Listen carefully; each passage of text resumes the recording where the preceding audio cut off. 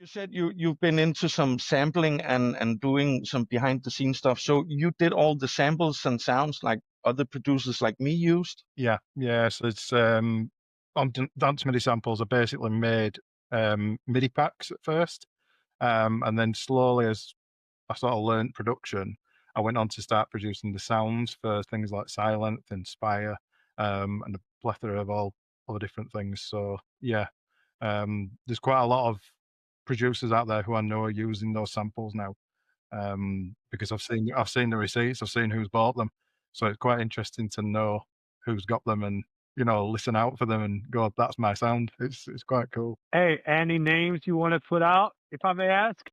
That because of GDPR and all that, but but yeah, I know there's a couple of guys at the top who are definitely using them. That is So yeah, amazing. That is quite amazing. cool. That must be a lot of work doing all those samples. I have a vision in my head like you're sitting somewhere with a microphone and hitting stuff and recording. And I have a question I want to ask you then. What would be the most non-musical thing you ever used in a sample pack? I mean, I've used a set of keys to make a bell sound.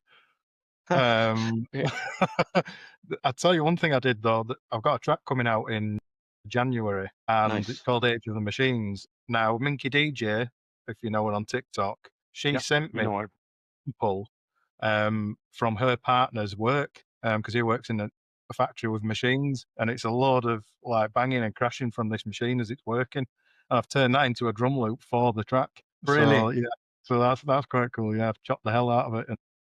We'll make sure, of course, every track you talk about, we'll make sure to link in the show after, just for notice. I think Manuel will take over from here. So there's a lot of young producers, new people coming into the scenes when it comes to trance and other music genres. What is the most common piece of advice or technical rule that you that have all these scope of experience as a professional sound designer, as a producer, that you think is completely myth?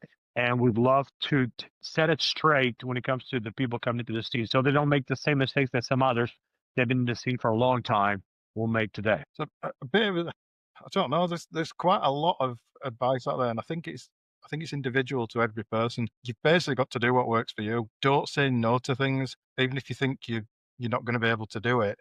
Just say yeah. You only regret the things you say. And the worst case scenario, yeah, do it. Yeah, take a Come back and chance. Take a chance and go. Just go for it. yeah, If it works, great. If it doesn't, start over, kind of yeah, thing. yeah, exactly. Okay, that's good advice because, like I said, a lot of people are, and we know some of those people ourselves that are coming into the scene and will try to produce something. Actually, my son, he's not into this